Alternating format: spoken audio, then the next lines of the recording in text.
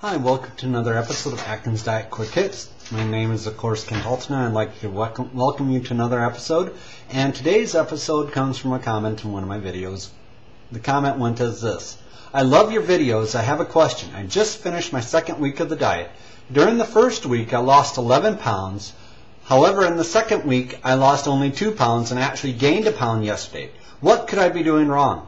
I'm basically eating meat, cheese, eggs in small amounts.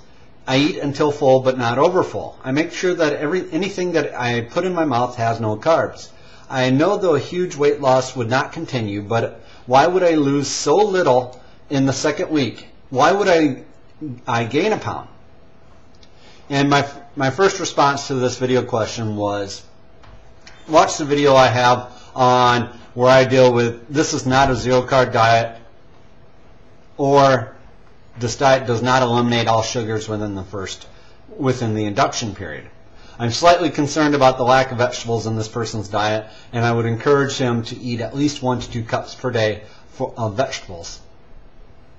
However, the point of this video is more the second piece. Why would you lose so much weight in the first week, and why do you potentially lose so little weight in the second week or week 3?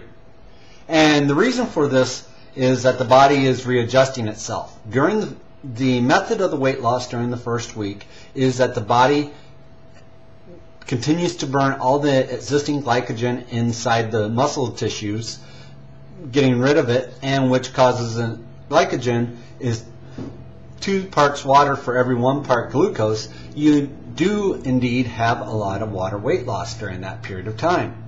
However, as the glycogen gets depleted, the body starts to readjust itself to new hydration levels. So what that has been typically called in the low-carb circles is a post-induction stall syndrome. Big word for PISS. So what PISS is, like I said, during induction, your body dumps a lot of water along with the stored glycogen. And there are a bunch of hormonal things that are also happening that encourage this water loss. So as you lose several pounds of water, sometimes more, your body begins to readjust. Water retention then becomes normalized within that second to third week, and the water begins, so you're no longer having that dehydration feeling, which is one of the reasons why we've suggested all along that the high water intake during induction of at least 8 glasses of water per day. So as you get rehydrated, you may indeed see the weight loss bounce a few pounds up, which I probably relate it to in this person. The third step is, as the small amount of water weight gradually returns, you're also burning fat. The water weight increase is usually offset by the fat loss, showing a net slowdown or even a stall on the scale. Sometimes, like this person saw, you saw the net increase of that 1 pound per day. However, as you continue low carbing through week 3 and week 4, the progression of fat loss should continue as well, and you should not be seeing the same sort of rehydration weight gain that you might have seen in week 2 and week 3.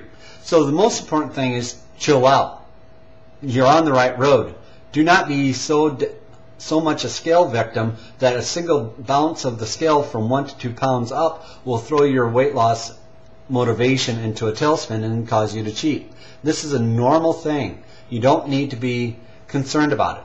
The point in which you need to be concerned is, like I brought out in my stall video, if this includes past week 3 or week 4 and the stall continues on for 4 weeks in a row in which you haven't seen the weight loss, at that point you should be concerned about what you may be eating.